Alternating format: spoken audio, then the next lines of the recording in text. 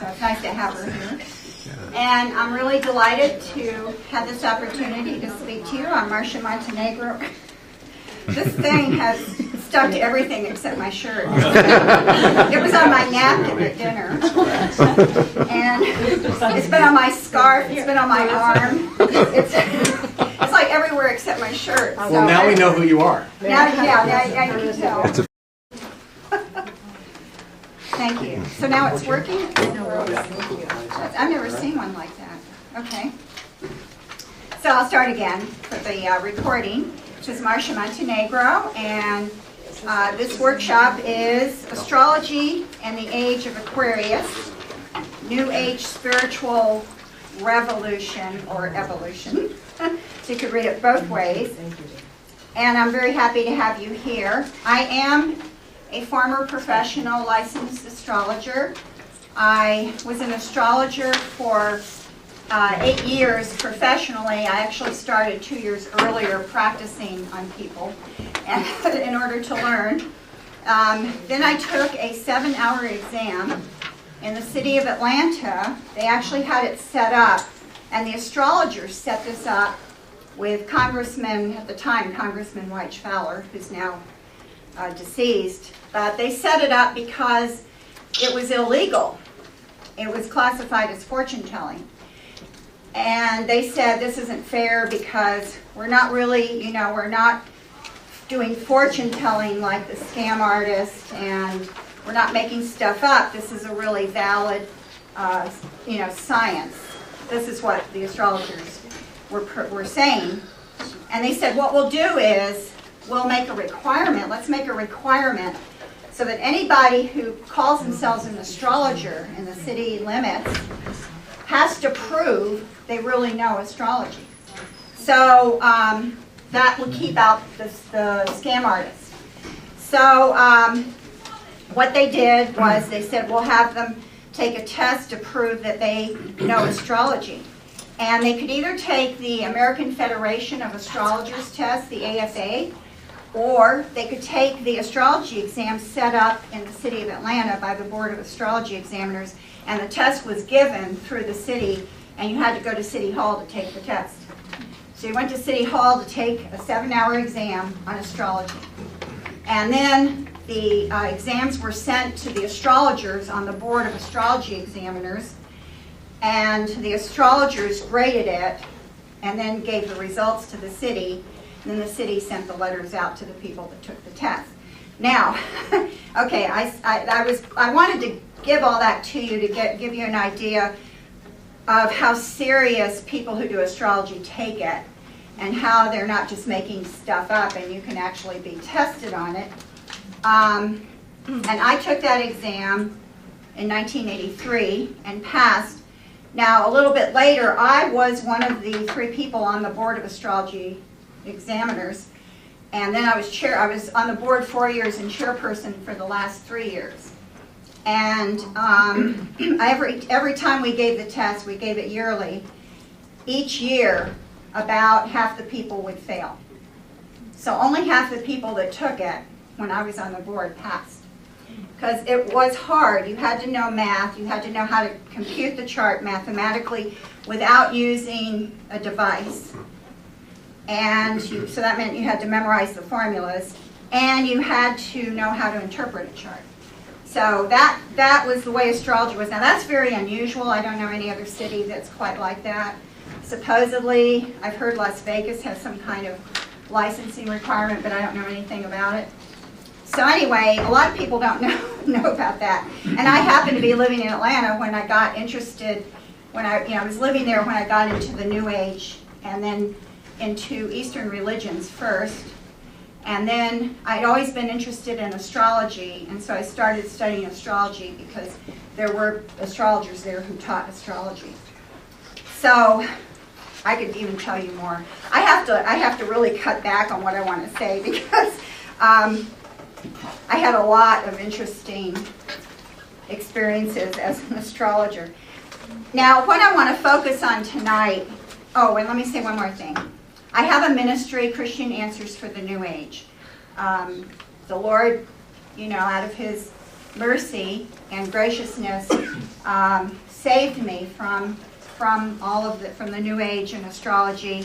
And that's a kind of a long story, so I can't tell it to you, but it is on my website, which is on, it's not on the first page, but it's on all the other pages. It's ChristianAnswersForTheNewAge.org. So my story is there. If you go to the home page, there's a little paragraph that says welcome, and it says if you want to read Marcia's story, and you can click on it, and it has more detail. Because if I was going to really tell it to you, I would need at least 20 minutes. So anyway, because it wasn't like an overnight story. It wasn't like one thing that happened. It was a series of events that brought me to faith in Christ.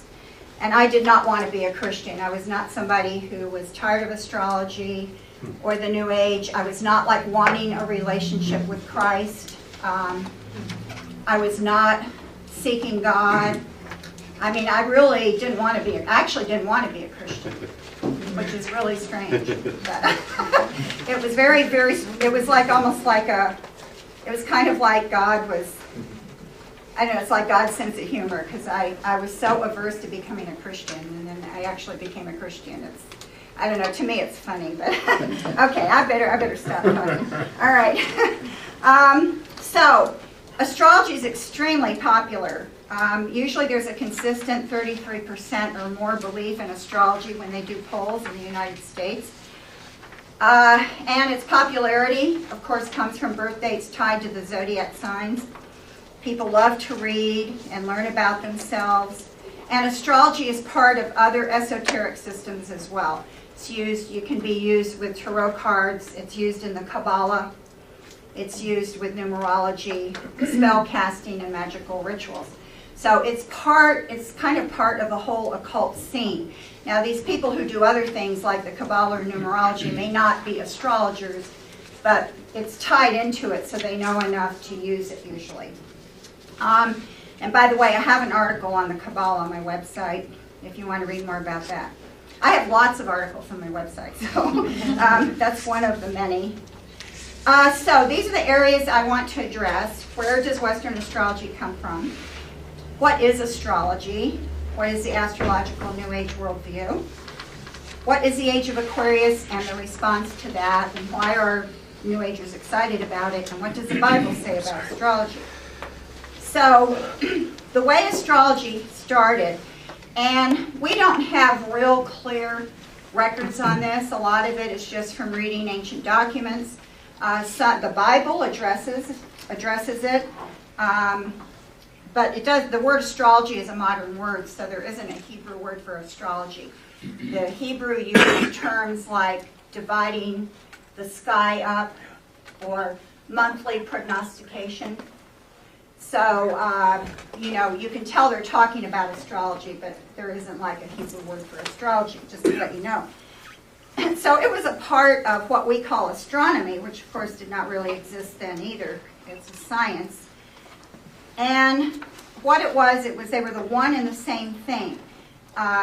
People were looking at the movements, they were looking at the stars, and they were looking at the movements of these planets. And they noticed, of course, the planets, which they didn't know were planets, they thought they were stars, were moving a lot faster than the fixed stars. And they're moving in this cycle. And they would notice, hey, now it's been 2 years and now Mars is back in the same place. Or it's been 7 years and now Saturn is back in the same place. And Mars is near the sun. And the last time Mars was near the sun, our enemies attacked us.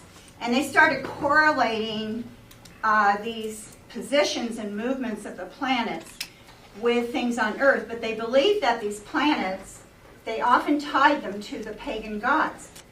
So they were the gods or the homes of gods. Like the name Marduk, I hope I look good in that picture. I actually have my mouth open. The name Marduk is a god, a pagan god, and it's also the term used for the planet Jupiter. Because Jupiter was the biggest planet, so it was connected to, strength and power. So Jupiter was kind of a royal planet. And at the time that this was going on, where they were observing these things, they had the constellations, Aries and Taurus and Gemini. Those were also part of myths and pagan beliefs. Now, of course, those names are, you know, we have Greek and Latin names for those, but the Babylonians, which is probably the first record that we have of this, had Babylonian names for things. Originally, astrology was only for rulers and kings, but in late Greek culture, wealthy Greeks decided that they wanted individual forecasting for their children. So when a wealthy Greek family had a baby, they wanted to know about its fate, and they would get an astrologer to do the personal kind of forecasting that's usually done for kings. And this was called a horoscope. Horoscope comes from watcher of the hour. That's what it means. And this was the first individualized astrological charts were done by the Greeks. Now, I don't have all the time periods for this. I'm not an expert on the history, but I'm just giving you a general background. And so, for a long time, you had astrology developing over the centuries. In the Middle Ages, it had a certain kind of way that it was done. It was tied into medicine, into diagnosing people. They would use astrology to diagnose people. And it was kind of fatalistic. It was very fatalistic. And now I'm talking, keep in mind, I'm talking about Western astrology. I'm not talking about Vedic astrology, which is astrology in India. And I'm not talking about Chinese astrology and Native American astrology, because those are very, very different systems. I don't know the history of them. They develop differently, and they're done differently. The closest one to Western astrology is probably the astrology from India. But even that is done differently and interpreted somewhat differently. For example, in Western astrology, the sun takes a central position, whereas in Vedic astrology, it's the moon. And there's other differences, too, in how they calculate. So it's very complicated. But I'm focusing on astrology in the West, and of course, what I know best is in the United States. So now we get to the 20th century. We're skipping all the other centuries.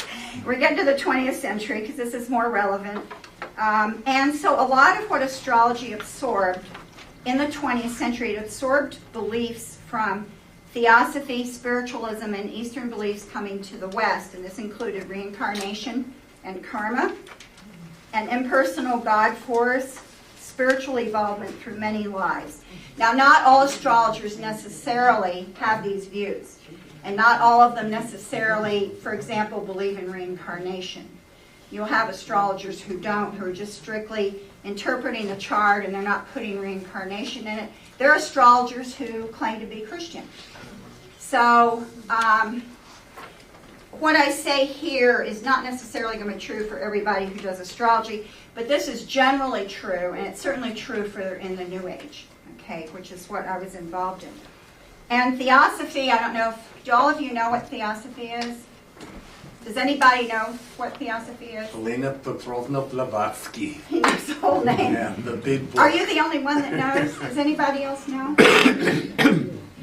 No, really? I think you're the only one. The fountainhead of all New Age occultism in this century, basically. Yeah, theosophy was a big forerunner of the New Age. It still exists, and it was founded by Madame Blavatsky, and she took some Eastern ideas, and she claimed to get these teachings from what she called the masters, these masters that were disembodied. And she started a group, and she got followers all over the world. It was really, really huge in the late 1800s and into the early 20th century. There's a very, very good book on it. If you want to know about it, it's not a Christian book, but it's an excellent book, and it's a critical look. It's not written by a fan of theosophy. It's called Madame Blavatsky's Baboon. I know that's a really strange title. He explains in there why he's calling it that, and it's by a man named Peter Washington. And it's not only interesting, it's funny. It's very funny because some of the stories of the people in Theosophy are very entertaining, just because some of them were kind of, they were very power hungry, and they were always having fights with each other, and a lot of them would be in Theosophy. A lot of other movements started in Theosophy, and by followers who left and started their own groups, like Gurdjieff. Gurdjieff left and started his own group. And have you heard of the Walton schools? Rudolf Steiner, Anthroposophy. Oh, Steiner, I'm sorry, Steiner, but he was in it too. Right, he left. And yeah, and Gurdjieff was in it. I always get them mixed up. Both of them started their own movements. Right. Rudolf Steiner started Anthroposophy, and he was in Theosophy, and he started his own movement, and that was the schools. I was thinking of Ouspensky and the Fourth Way. Yes, Yeah. and the Ouspensky was another one, and something called the Fourth Way. Now these, you may think, well, this doesn't have anything to do with us, because this was like, way back then. But actually, these movements continue to have followers, and you can't always identify them. For example, Steiner has followers. I mean, he's dead, of course, but there are groups, Steiner groups, all over. I know I'm getting off the topic here. Okay, I've got to watch it because I do this. There are groups in the United States, but they call themselves Christians, but they're followers of Steiner. Okay, I'm going to stop talking about that. All right, so That's okay. We might run into those people. you might, Yeah, you might. they're in that I group. posted on it on Facebook, You will if you live and around here. I'm sorry, what? You will if you live around here. The Theosophical Society is headquartered in Wheaton, the bastion of Christian Orthodoxy. Every year they have a Theosophist that has thousands of people. We did outreach there. Okay, that's good to know. Thank you, Steve. Theosophic counseling, does that have to do with it? That's theophostic. Okay, it's different. It's different from theosophy. Yeah, the words sound very much alike. It's still Okay, I have complicated. issues with theophostic, but I won't go into that. Okay, all right. So astrology kind of absorbs a lot from the culture it's in. So it took these views, it took psychology, and Carl Jung was a major influence on astrology, and still is. And actually there are Jungian psychologists who became astrologers. And I mean, some of the astrology books I've read as an astrologer were written by psychologists who were Jungian psychologists. Because his idea of the archetype, that we all are kind of connected, we're all connected through sort of one mind in a way, and there are these archetypes, and he felt that the planets represented these models of human behavior and human personality, and that's how we connect, is through those archetypes. And that's used, he used astrology to explain that. Now, astrology used to be more fatalistic, but partly because of psychology, it got more focused, it got less fatalistic and more focused on the individual's potentials and the individual's talents in the charts and their ability to make choices.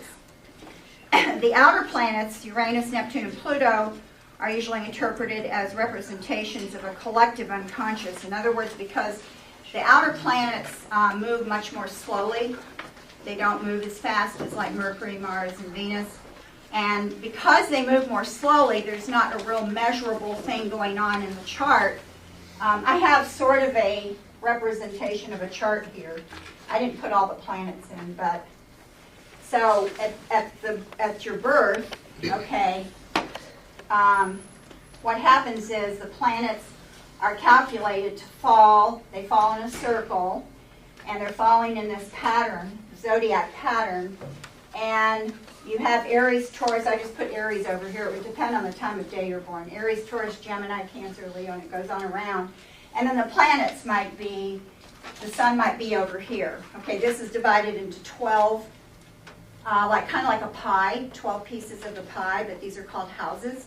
So you might have the sun here, you might have Mercury here. Oops, I forgot part of Venus. Okay, that's supposed to be Venus. You might have Venus here. Okay, you might have Neptune here. Well, over the course of the person's life, Neptune may go, from here to here. Maybe, not even that much. So how are you going to interpret that? Because it's hardly moving. Whereas these other planets are going to be changing around as you look at what's going on in a person's life. So the outer planets became more representations of a collective unconscious of what's going on in humanity. Now, it can be interpreted, and it is interpreted individually, but it's usually how it's influencing other things in the chart. So it's actually this very complicated esoteric system, which is what the occult is like. This is like what the occult is. And now I think I put a note by Pluto here because Pluto's not supposed to really be a planet anymore. I think they call it a dwarf planet, and it's disputed by astronomers, but it continues to be interpreted in chart by astrologers. They still, as far as I can tell, they're still using Pluto. Okay, so I'm going to move on to page 2, or we're never going to get done here. All right. What is astrology? Well, it's not astronomy, which is a scientific study, of course, of heavenly bodies in space. Astrology is seeing hidden meanings. I think I just dropped my ring. Astrology sees hidden meanings in the planets. Okay, it's looking at a meaning there. And this is what we call divination. Astrology is a tool of divination. Divination is seeking information beyond normal means by reading hidden meanings in ordinary patterns, okay, like astrology, tarot cards, palm reading, the I Ching, etc., and or by accessing or consulting a spirit, energy, force through a paranormal practice. This could be like being a psychic, or you're looking into a mirror or a body of water, spirit contact, etc. All of this is a form of divination. And of course, in the Bible, divination is denounced in many, many places. Astrology is esoteric. It means that's resting on the belief the planets and zodiac signs hold hidden meanings relevant to the person's life and to humanity as a whole. All right. Let me go on down here. Let me give you a little bit on New Age worldviews, because astrology and New Age worldviews are very close. It's very much connected for the most part. So a lot of astrologers have New Age thinking. God is an energy from which we all come and to which we all return. Jesus was not unique, but was one of many advanced spiritual teachers. Jesus was the avatar of the age of Pisces, which I'm going to discuss in a minute. People evolve spiritually through many lives to learn their lessons. People have a divine nature or essence which must be realized. There is no sin, or sin is redefined as not realizing your own divinity and or ignorance of the illusory nature of the world. People do not need redemption or a savior. They need awakening to their true divine self, and there are no absolutes. Now that's just a kind of a summary. There's more to it than that, but those are kind of major beliefs in the New Age. I had all of these beliefs. I believed in all of these. These were all part of my worldview. And I really believed they were true. I totally believed in it, and I would defend it to people who didn't. What is the age of Aquarius? Now what we're getting into here, we're kind of departing from the individual style astrology where the astrologer's talking to a client and giving them information on their birth chart, all right, where you say things like, oh, your sun is in the first house, so you really need to express yourself. Because the first house is the house of the sun. It's ruled by Aries, and so, Aries is Mars, I'm sorry. But the sun, actually the sun is not the first house. It's kind of good that I'm forgetting my astrology. The sun's really the fifth house. Okay, the sun is the fifth house. But it's true, the sun is the ego. If it's in the first house, you're going to want to express yourself very strongly.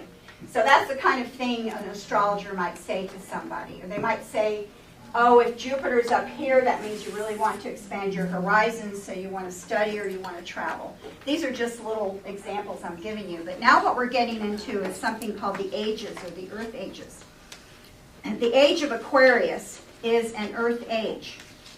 And these Earth ages represent the Earth's journey through a particular zodiac sign, and they last about 2,000 years. And it's calculated based on the orientation of the Earth's North Pole towards the constellations.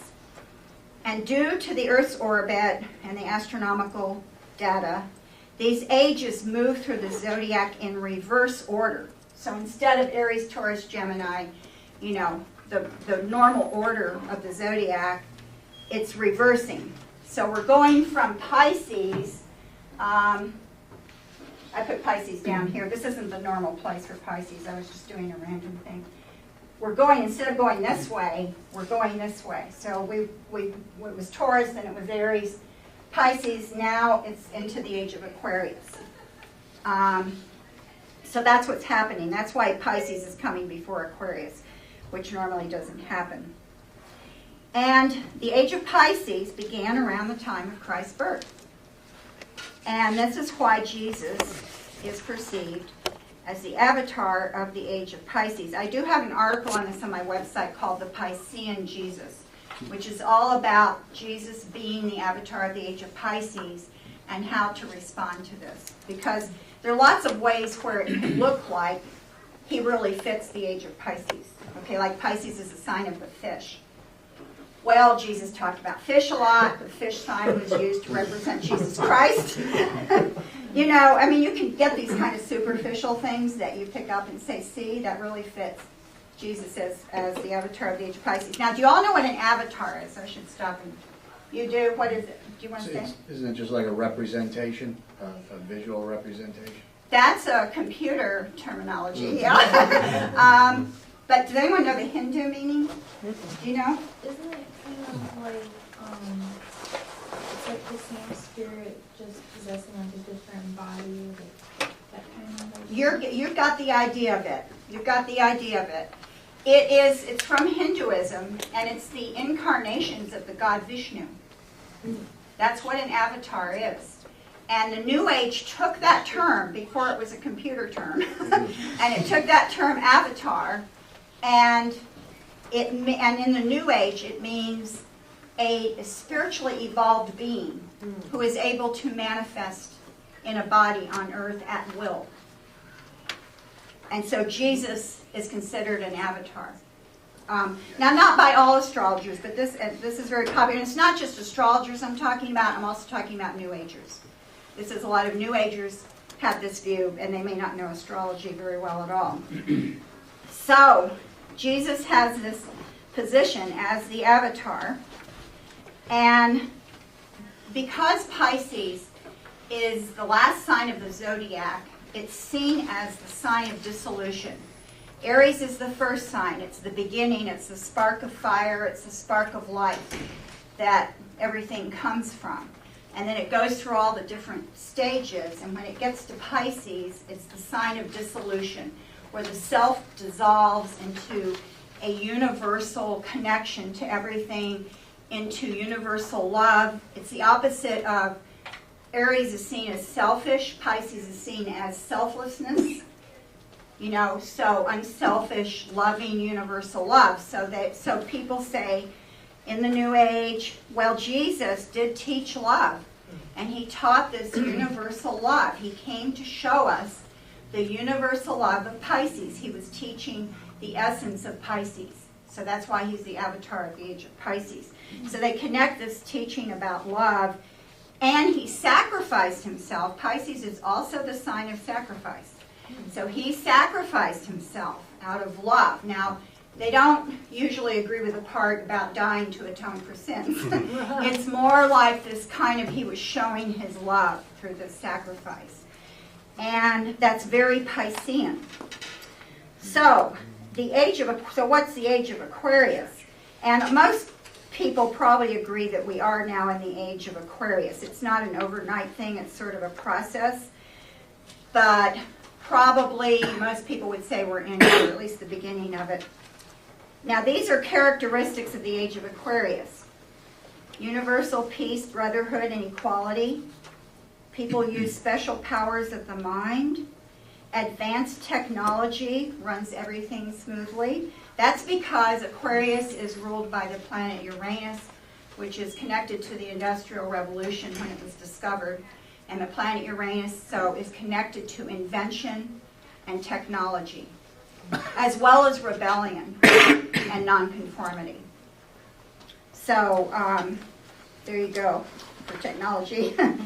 Gender has been transcended. Androgyny is sometimes considered the ideal, but gender is sort of transcended in an Aquarius. People act for the good of the group, but tolerate individual differences. These, of course, are the ideals. The outer teacher has been replaced by the inner teacher. And here's a quote from New Age writer Marianne Williamson in her book, The Age of Miracles, Embracing the New Midlife. If, in fact, the highest, most creative work is the work of consciousness, then in slowing down, we're not doing less. We're doing more. Having slowed down physically, we're in a better space to rev up psychically. I guess she's talking about people in midlife. We are shifting from the outer to the inner, not in order to begin our demise, but to reseed and regreen the consciousness of the planet. Now this statement, if you've never read a New Age book or anything, this is a very New Age kind of statement. This is like New Age talk. And you may be reading and thinking, what the heck is this saying? Do any of you feel that way when you read it? You're kind of like, what? I'm reading, I know English, but this doesn't make sense. It's all because the New Age has all these meanings and phrases in their words. And if you don't really know what the New Age is about, or you don't know the language, you cannot see what they're really saying. It's like Orwellian doublespeak. Yes, it's very much Orwellian. And this is one of the big dangers of the New Age today, is that it uses familiar language, but it means something else by it. And this is really a big danger, because it will talk about spiritual things or Jesus or God or love, but the meaning is not the normal meaning, and it's not the Christian meaning. Okay, so, but this is what they believe. We are shifting from the outer to the inner teacher. Now, how do you respond to this? Because when you look at it, you think, well, yeah, people do talk about universal peace. You do hear about things, developing psychic powers. We do have all this. We're in this age of technology and digital things, and almost everyone, I don't have a smartphone, but almost everyone, I'm one of 15 people in the United States that doesn't have a smartphone. I just really don't need it right now anyway. And gender, look at the gender issue. Look at the transgender and all the gender stuff going on. So people are like, well, see, I can really see. This is the age of, I can see the Aquarius theme here. So here's some responses to that. Okay, technology as it is was not foreseen by astrologers in the past. It's only since Uranus was discovered and assigned as the planet of Aquarius that a correlation was made between Uranus and technology. Initially, it corresponded to the Industrial Revolution when it was discovered. Okay, so they didn't predict all this. They didn't predict any of the digital stuff through knowing about the age of Aquarius. It's only after it's happened, The interest in gender issues is not new. Ancient pagan and Eastern religions had and have gods who are androgynous and or hermaphrodites, both sexes, or change from one gender to the other. This is not unusual in pagan religions. In fact, the word hermaphrodite comes from the name of a Greek god. And then I'm not going to read all this, but I have some excerpts here below from different websites that show you this. For example, the second one, in polytheistic cultures, it is common to see entities that are male and female simultaneously, especially in creation myths. This unity of opposites is a central category of dialectics and can be viewed as a philosophical, metaphysical, or scientific concept.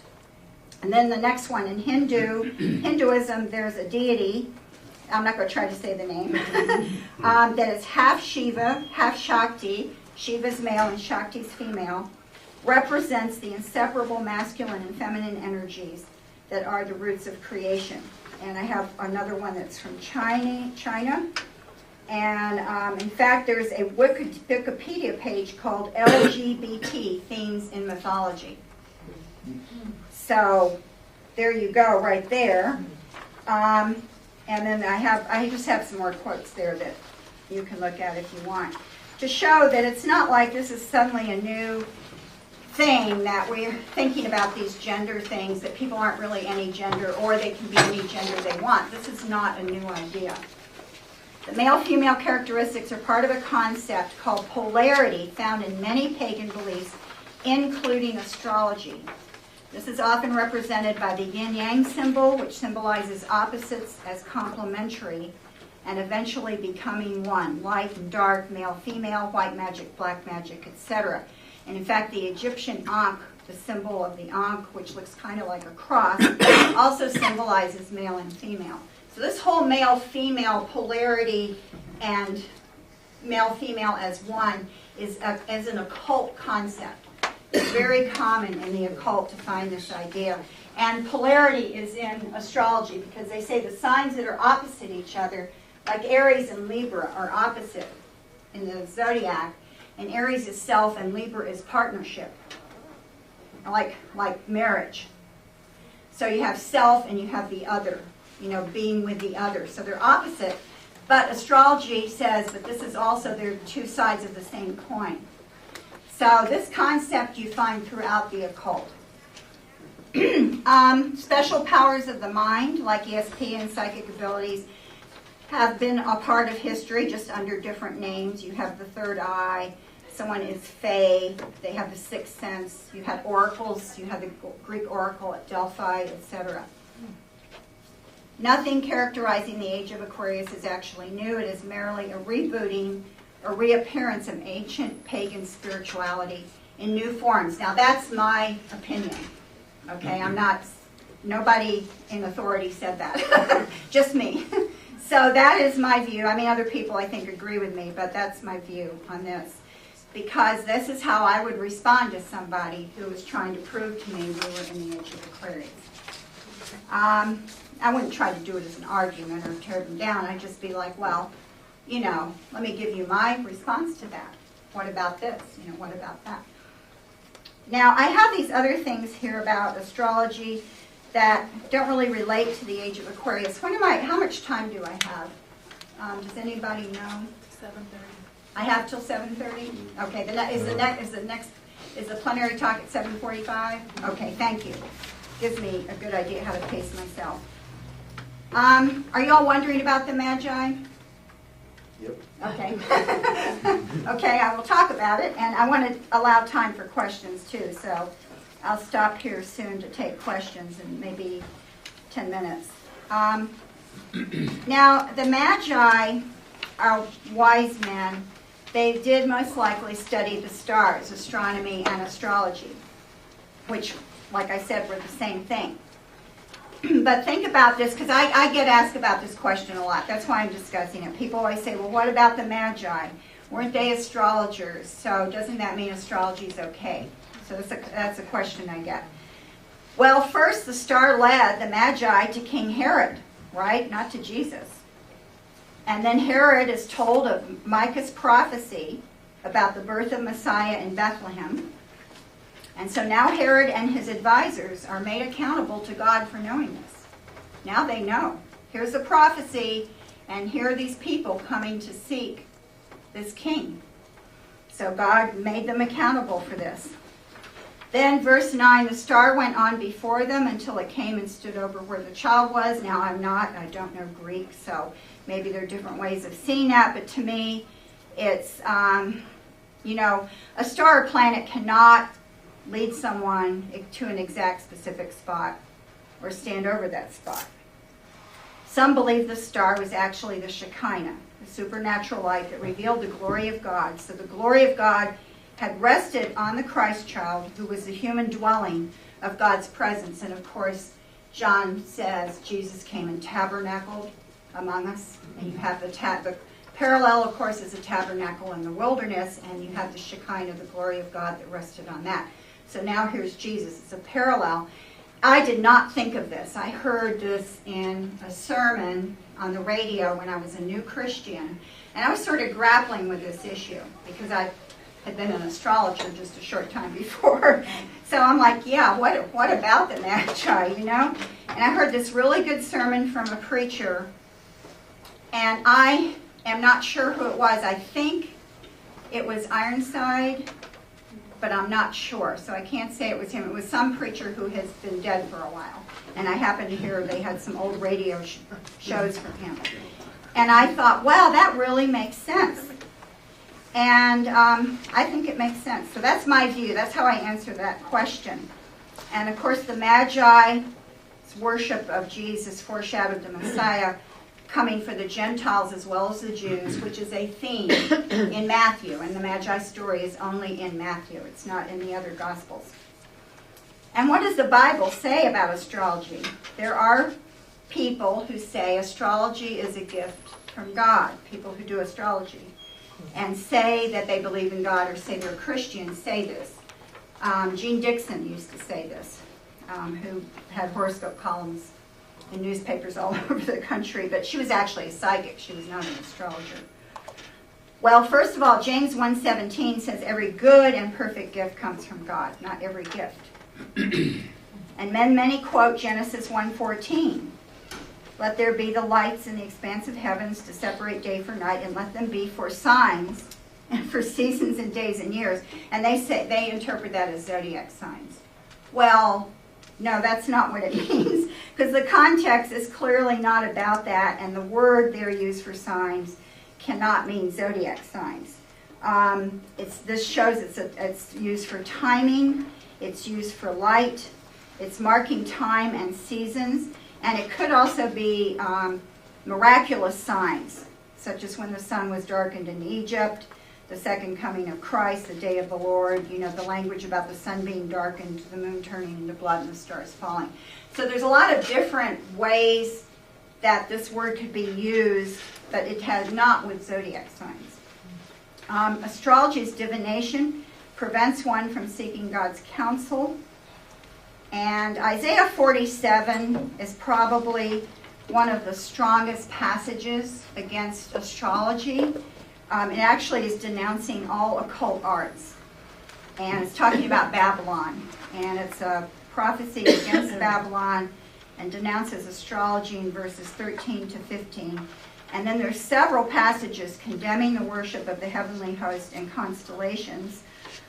By the way, anybody getting the recording who doesn't have the outline, if you email me at mmontenegro at f like Frank, I am like Mary.org. I can send you by email, I'll send you a Word doc of the outline, just for people who might get the recording but not have the outline. So, That email again? oh, it's let me see, I don't have it on here, do I? Sorry, oh, it's on my business card, but it's mmontenegro at fim.org. It is on the business card that Val gave you. All right, this is quickly, let me do this. What do you say to people who really believe in this, who believe in the age of Aquarius or astrology? They really like it. I mean, I've had Christians say, well, if astrology isn't true, I'm a Gemini, and I really do fit Gemini, And I'm a Sagittarius. I've even had Christians say, oh, well, I did that because I'm Sagittarius. And I'm kind of like, because like, wait a minute, you're a Christian. What do you mean you're a Sagittarius? So, how do you respond to this? Okay, first of all, using science is usually not helpful, even though it's true, because astrology, even though it uses mathematical calculations, it makes people think it's scientific. However, it's geocentric. It's based on the Earth being at the center with the planets moving around Earth rather than heliocentric. The zodiac belt also is a fixed artificial pattern that is no longer accurate. So actually, everything's moved backwards several degrees. So, for example, if you think you're a Leo, you could actually be a Cancer. So it's actually not even accurate for a lot of people anymore. Different astrologers use different house systems to calculate the chart, which may result in chart variations. And much of the Jungian psychology used by astrologers has been rejected by modern psychology. Jung himself has been somewhat discredited. This book here, The Aryan Christ by Richard Knoll, is absolutely fantastic. It is such a good book. Well, it was for me. It was so interesting. I want to read it again. And it's about Carl Jung. It's written by a clinical psychologist. It's very, very good. So those are scientific answers, but only if the person's doubting or they're like, well, is science really against this? Otherwise, for astrologers, this doesn't work. They're already aware of all this, and they have answers for it. The Christian response, of course, Astrology is divination. It's forbidden. The foundation is belief in reading hidden meanings. And it comes actually from believing in the planets as pagan gods. Astrology looks to creation and not to the creator for guidance. So that's always a big red flag, looking to creation for answers, not to the creator. Practicing astrology leads to contact with fallen angels. I had spirit guides, and all people who are involved in the New Age and the occult have spirit guides. And it's actually kind of a commonly known fact for people who are involved in it. I mean, where you even talk about my guides. Oh yeah, well my guides really helped me on that. Or my guide, they might just reference somebody like the Native American chief, who's my guide. They'll talk about them as individuals. They see them as benevolent, of course. And these guides are fallen angels, but they don't believe that. So these are called, spirit guides. Have you all heard of that term? Most of you? Familiars. Yeah, or familiars. Yeah, y'all have kind of heard of that.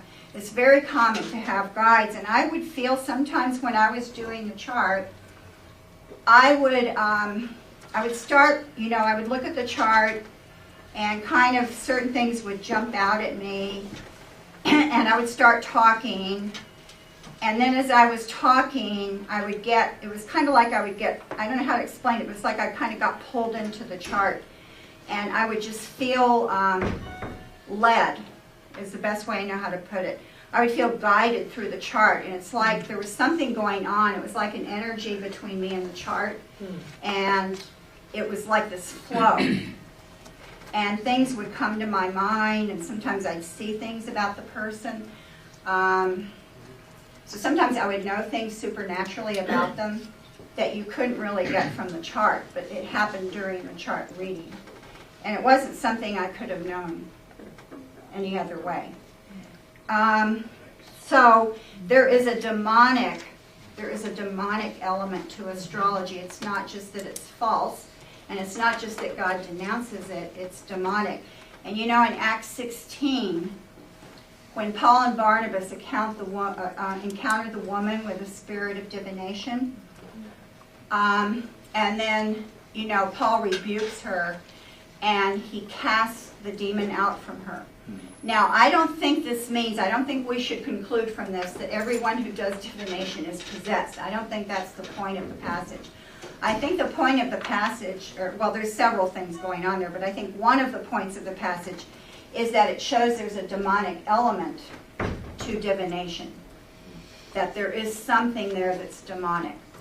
And so that's what I think is important about that passage as far as doing divination goes.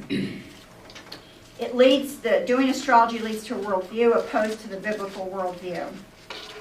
And horoscope columns, that's a cap from another bottle. Okay, I'm sorry. Horoscope columns are based on an astrological worldview and usually interpret the impact of the moon's position along with the faster moving planets. Now when I say a horoscope column, I mean like in the newspaper where you have the 12 signs and you're like, oh, I'm Virgo, let me see what it says for today. Okay, that's the other question I get is it okay for me to read my horoscopes for fun?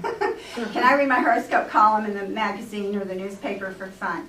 Okay, and my answer always is, keep in mind this is based on an astrological worldview. God forbids astrology and denounces it. And even though it seems kind of innocent, like you can just read it for fun and not believe it, you're kind of giving some kind of homage to it when you read it.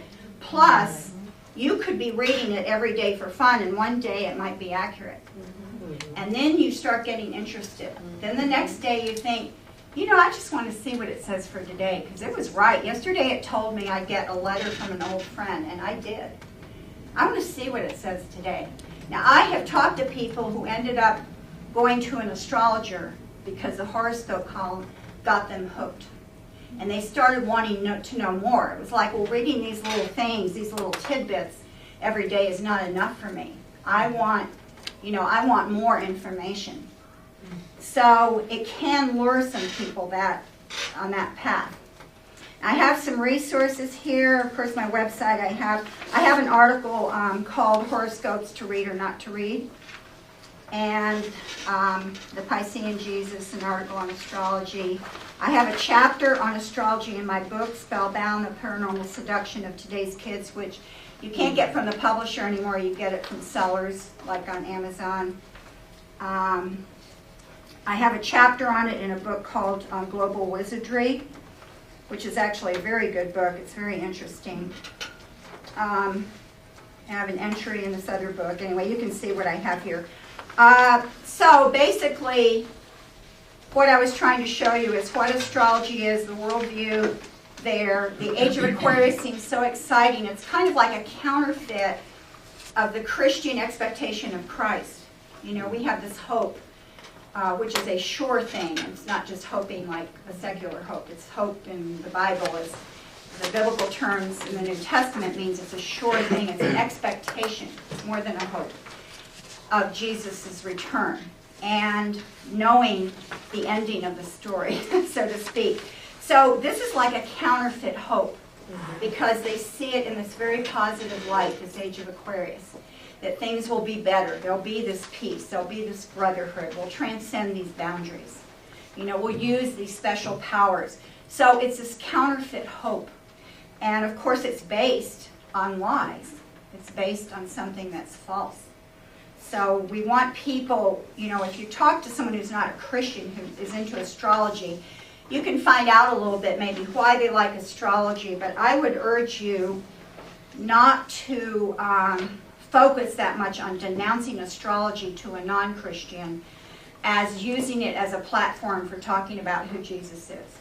So I would try to ask them about who they think Jesus is. And that's why I spent a lot of time here on the Pisces, you know, the Avatar of the Age of Pisces, because they might have that view. So that I'm trying to give you information to help you respond. Okay, so I was going to stop earlier, but we still have a good 10 minutes for questions, if you have questions. Yes?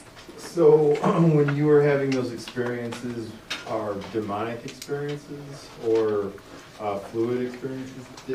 Was it like euphoric, or was it something that was very like obvious was going on?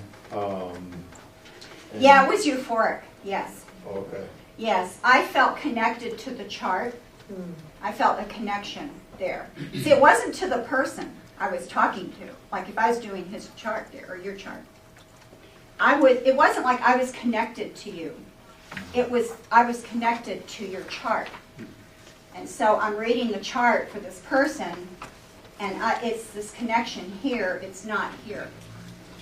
So the chart is almost like this intermediary, but what's going on here is the information is coming from my response and what's happening as I look at the chart. And it would make me feel guided, like it's revealing information about the person, and I am getting all this stuff. And the person would be sitting there affirming it, usually. And there's several reasons for that. Some is that, okay, there's going to be things just coincidentally that are true. There's going to be selective memory of the client. So the client goes home, and then maybe let's say I said in the chart to you that you're going to have a big change in your job in the next 3 months. Well, okay, a lot of people have big changes in their jobs over a 3-month period. So you get a new boss, and you're like, wow, the astrologer told me I was going to have a big change. And this can go for individual things about the person's life, too. So there's that kind of, and they'll forget the things I said that were wrong. So there's selective memory and selective listening. There's coincidence, and there's a demonic element. When I would get information, it was very specific that I couldn't have possibly known. Wow. Yes? Yeah, also just an observation with you. You could have someone from China doing their chart here, sitting over here. You could have somebody doing from India, the Vedic chart over here. You could have you doing the chart over here, and they're all going to contradict each other because the constellations are different. precession of the equinoxes, which you brought out, so you're not ever even born under those anyway. The attributes and characteristics attributed to those signs were actually the Greek gods who died and went up and became the planets in some Greek mythology. So if you're born under that sign, then you have their attributes. But there was something that was important. The Magi were from Persia, modern-day Iran. The Jews had already been there in captivity, so they were familiar with the star out of David, or a star of Jacob. They followed the star, but it led them to Herod, who wanted to kill Yeshua Jesus. It didn't lead them to, and that's really important when talking to astrologers. Also, in Psalm 19 and Romans chapter 1, which are parallel passages, you have, in a lot of ways, because you have God's way of, for times and seasons, but that the heavens declare the glory of God. All of that for reveal that there is a creator. And then you have the perversion of it with the corrupt mind worshiping the created things with, it doesn't say the heavenly bodies, but it's implied, the same thing. So putting that into perspective, and most astrologers that I talk to, they have no concept of actually a personal creator who created the things that they're getting their information from, which, is so self-defeating. Right. They're looking at creation, not the creator. Right. Yeah, I was thinking of the prophet Daniel and his legacy from Babylon when the children of Israel were taken into captivity, and the connection with the wise men. I mean, I understand there's some sort of a historical link. Well, I don't know if there. Yeah. I think that's a speculation. Okay. It could be correct. Yeah. But I think when the Star of the David he mentioned, that's not a literal star. So I don't know that we don't. Here's the bottom line. We don't know why they thought this star was going to lead them to a king. There's a lot of speculation on that. There's one thing that we know is not true, and there's people who try to use stars and planets what they try to say is, well, these are really interpreted in a Christian way, and there's a Regulus or something like that, which is the royal star, and they say that was it. Well, there's no evidence for that, plus it got that name way later. So that particular thing is not true. There's some man who did a video on the Magi and stars. The Star of Bethlehem. Huh? The Star of Bethlehem. Yes, the Star of Bethlehem. I watched that video 3 times, and I took notes on it, and I wrote an article disagreeing with it. He says a lot of things. It's a mixture of things that are not true with, I'm not saying he's lying, I think he believes them, and actually using kind of an astrological worldview, reading a meaning into the stars. And that is not, you can't look at a star and get a meaning from it, other than physical data. So, anyway, I wrote an article about that because I was very disturbed by that video. It was very popular. A lot of Christians like it. It sounds very good. But listening to it as a former astrologer, it was disturbing. So I did not like that. Yes? So you mentioned, I don't know if I said it right, tarot cards. Is that all part of this, or is that? Tarot cards are a form of divination. Okay. Do you all know what tarot cards are? They're cards with images on them, and people set it out and they do a reading for you, and they're supposed to tell you about your life, according to what cards show up. Tarot cards are a form of divination because you're reading a meaning into this picture that doesn't really have much meaning. Okay. It could be a guy holding a sword or something. Well, it could mean a lot of things. But there's this esoteric meaning with tarot cards, kind of a traditional meaning, like with astrology. And they really believe that the cards that come up during the reading, when they're doing the reading for you, they really believe the right cards are showing up connected to your life. Not to his life, not to his life, but to your life. And if I did a reading for him, different cards would come up. So tarot cards are a form of reading a hidden meaning where there is no apparent meaning and no rational basis for a meaning. Did I answer your question? Absolutely. Okay, good. Are there other questions, anybody? This is the quiet side of the room. Okay, yes. Page 2 talks about an age lasting about 2,000 years, if I understand correctly. Yes. And then it says the age of Aquarius began in the late 20th century and is expected to be Oh, did I say completed late? in the Yeah, late 20th 21st. century, that's right, yeah. So, you're talking 2,000 year length. Approximately. Or approximately 1 century in another instance. Wait, did I get my numbers wrong? Well, it says. Wait, well, isn't 2,000 years 20 centuries? Yeah, okay.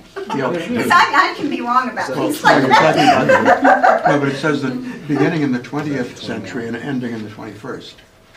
Okay, let me see what I said. Let me look That's, what you're toward talking. the bottom. Maybe I worded something wrong. Toward the That's bottom very of page possible. 2, the one that says views differ. Oh, views differ. Okay, began in the late 20th century, and our entry into this age is a continual process to be completed sometime in the 21st century. That'd be the entering would be concluded at some point. Yes, it could take, in other words, it could take 100 years or so to make the full transition. Oh, okay. Does that make sense? So it could start, let's say, 1980 or something, and then, you know, we're kind of entering the age of Aquarius, and that might go till 20, I forget what year, that's so bad. It was 1965. 1960 When the harmonic convergence happened. Well, a lot of people think that, and then and other people tie it to a certain Because planet. we had hair tell us. But